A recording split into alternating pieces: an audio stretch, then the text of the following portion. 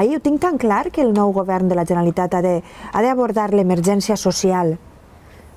de lo que estàvem parlant, no? Que servisca per a que la gent que en aquest moment no té cap ingrés pugui tindre un ingrés digne a través de la renda garantida de ciutadania, a través dels serveis socials, de l'educació de 0 a 3 anys per a que les persones que estan en aquesta situació i tinguin xiquets xicotets de l'edat dels teus puguen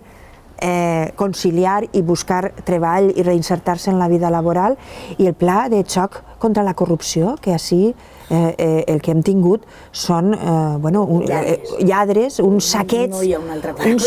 de les arques públiques, s'han desviat els diners a les butxaques particulars i a la butxaca del Partit Popular, i aquests dos plans de xoc haurien de ser el primer, no? Però després també jo crec que la política ha d'orientar i ha de canviar el model productiu, no? I jo ahir sí que penso que tenim molt a fer en quant a orientar la política en 4 potes, no? Com si fos una taula de 4 potes de... Bueno, la transformació ecològica de l'economia és fonamental,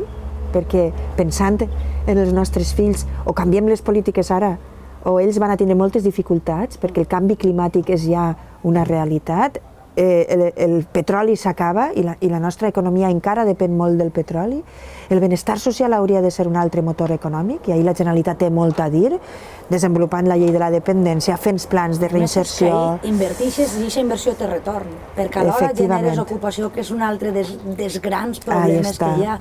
I jo crec que aquesta gent no s'ha donat compte, era retallat per ahir, i jo em pensava que eren més intel·ligents, t'ho dic de veritat. Jo em pensava que unes persones que treien majoria, he dit persones per no dir una altra cosa, que treien majoria absoluta serien capaços també de tindre un raonament lògic, perquè sí que és veritat que tu estàs gastant ara uns diners i aquests diners que tu estàs gastant no van a un fons perdut,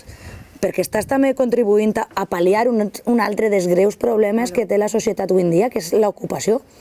I ahir podries generar una ocupació que realment fora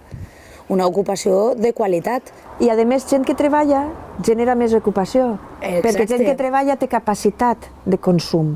que en aquest moment la nostra... I paga impostos, i per tant paga IVA, paga IRPF i sosté també les arques públiques.